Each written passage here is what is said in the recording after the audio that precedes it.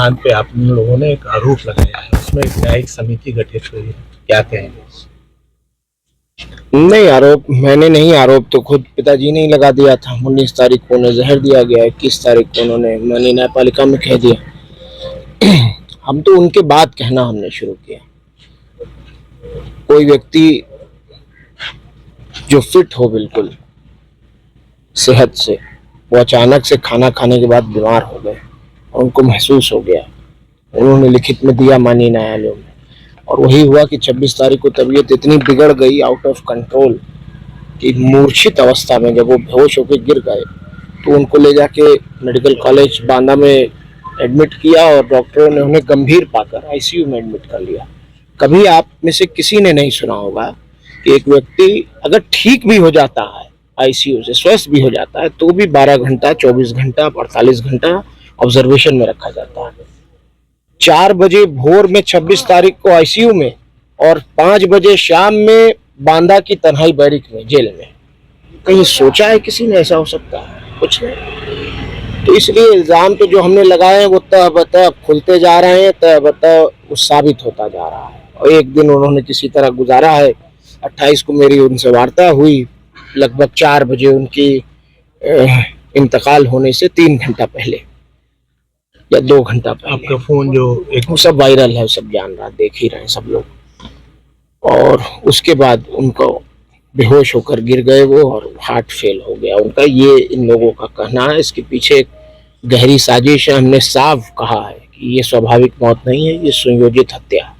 अब्बास अंसारी से मिलने गए थे आप? जी, मिलने गए। कैसी रही? हमारे बड़े भाई हैं, विधायक हैं, जेल में बंद हैं, एडमिनिस्ट्रेटिव पावर है, डीएम को नहीं आने दिया गया, स्टेट चाहता ला सकता था, नहीं। इत्तेफाक था कि माननीय उच्चतम न्यायालय सुप्रीम कोर्ट बंद थी, वरना निश्चित रूप से वो यहाँ होते उस दिन, कि मुझे यकीन है अपनी न्यायपालिकाओं पर।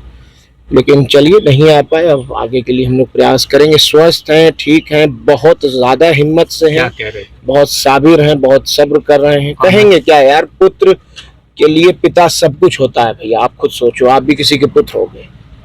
अब हम दोनों भाइयों के बीच की बात है, मैं आपसे तो कतई नहीं बताऊंगा, बस इतना कह रहा हूँ कि बहुत मजबूत हैं, बहुत ठीक हैं, और रोज़ा रख रहे हैं, नमाज पढ़ रहे हैं, कुरान शरीफ पढ़ के तिलावत करके बख्श रहे हैं, उनके लिए दुआ कर रहे हैं। एक पुत्र अपने पिता के लिए कुछ कर नहीं सकता है, और हम दोनों भाई उनकी सेवा नहीं कर पाए। जीवन भर भी सेवा करते तो भी उनके लिए कुछ नहीं कर पाते, और अब तो हमारे पास बस यही मौका है कि जो रास्ता वो गरीब, मजलूम, बेसहारा, यतीमों को, कुचले लोगों को सताए जाने के लिए वो जो लड़ाई लड़ते थे, उनका आंसू पोंछते थे, उनकी मदद करते थे, अब वो रास्ता हमें, हमारे लिए छोड़ गए हैं। हम उसी तरह गरीबों को लामबंद करके, एकजुट करके उनकी मदद करेंगे, उनके लिए खड़े रहेंगे। यही आशा और यही उम्मीद हमारे सीनों में है। उमर, एक सवाल छोटा सा है कि तमाम लोग आ रहे हैं, उनकी कब्र पे फातिहा पढ़ रहे हैं, वीडियो कॉल के जरिए लोग जी मुख्तार अंसारी का दर्शन कर रहे हैं। चलिए, सच तो बताया आपने कम से कम।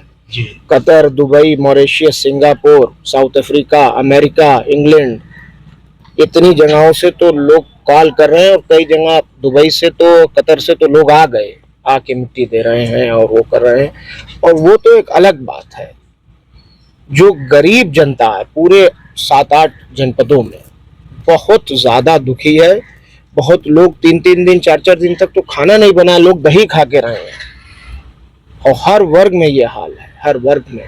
और उस दिन का जो जनाजा था, वो सही कहा विधायक जी ने अभी, कि उस जनाजे ने, उस मीडिया के जो प्रोपेगेंडा था माफिया और गुंडा कहने का, उसका भी जनाजा उसी दिन निकाल दिया।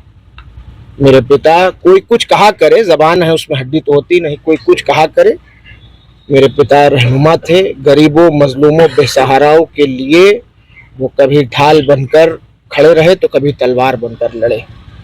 उमर, एक सवाल पब्लिक के बीच में है, जनता भी जानना चाहती है कि मुख्तार अंसारी के आप 2 पुत्र थे, और उनकी जो पत्नी है, आपकी माता जी, उन्होंने शायद दर्शन नहीं किया। सही बात। उनके लिए क्या करना है, वो क्या हाजिर होंगे? मेरी वकील से बात हुई थी, हाई कोर्ट इलाहाबाद की गोपाल चतुर्वेदी जी, वो मेरी वालिदा के, मेरी माता जी के वकील हैं। उन्होंने बताया कि हम जुडिशियल रेमेडी लिए हुए हैं, उम्मीद है कि जल्द इंसाफ मिले। उम्मीद तो हमें रखनी चाहिए, उम्मीद रखें। तमाम लोग दर्शन कर रहे हैं, आप भी चाहेंगे कि माँ जो है वो अब जख्मों को मत खुरे दिए। मैंने बहुत साहस, बहुत हिम्मत, बहुत धाड़स बना रखा है। मैं 25 साल का ही हूँ अभी। मेरा भाई नहीं है, मेरी माँ नहीं है, मेरे पिता चले गए हैं।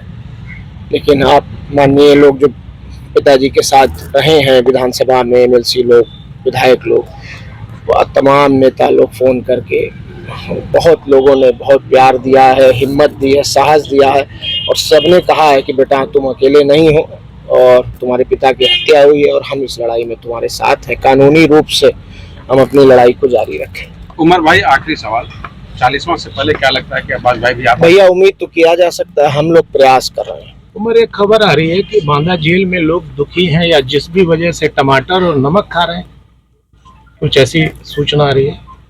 एक सूचना आपको नहीं होगी, मैं दे दूं। जिस दिन उनको पंजाब से ले आया गया था बांदा की जेल, उससे पहले वो बांदा रह चुके थे, फिर पंजाब चले गए थे।